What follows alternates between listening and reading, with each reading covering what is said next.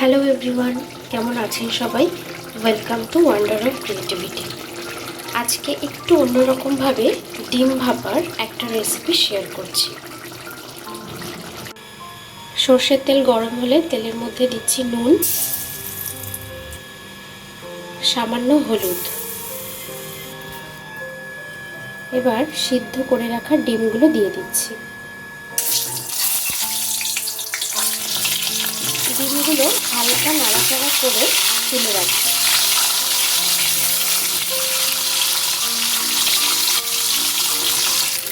ডিমটা বেশি কড়া করে ভাজছি না, হালকা একটা লাল লাল ভাব চলে আসলে তুলে রাখছি। ডিমটা ভেজে তুলে রেখে ওই তেলের মধ্যেই দিয়ে দিচ্ছি ডুমো ডুমো করে কেটে রাখা আলু।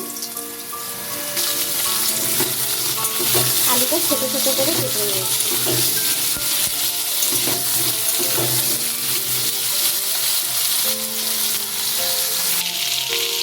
দিয়ে দিচ্ছি নুন, নুনটা একবারে দিয়ে দিচ্ছি। আলুটাও বেশি কড়া করে ভাজবো না, হালকা ভেজে নেব।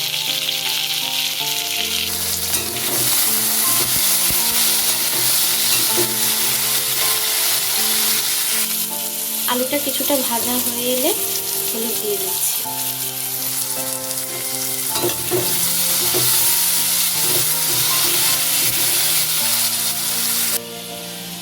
সামান্য নুন, হলুদ, কাঁচা লঙ্কা আর 3 কোয়া রসুন দিয়ে কালো সর্ষে বাটা আছে।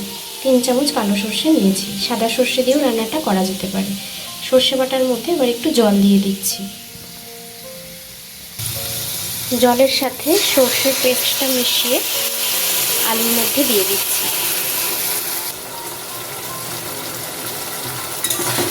গ্যাসের ফ্লেমটা মিডিয়ামে রেখে সর্ষে বাটার সাথে আলুটা মিশিয়ে নিচ্ছি।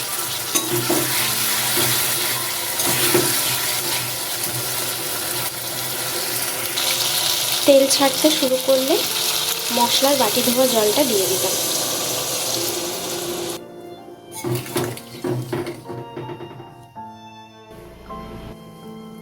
এবার ভেজে রাখা ডিমগুলো দিয়ে দিচ্ছি।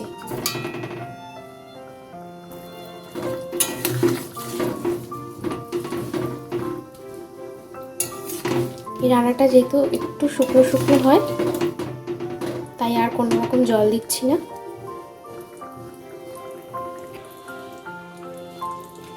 কয়েকটা কাঁচা লঙ্কা দিয়ে দিলাম।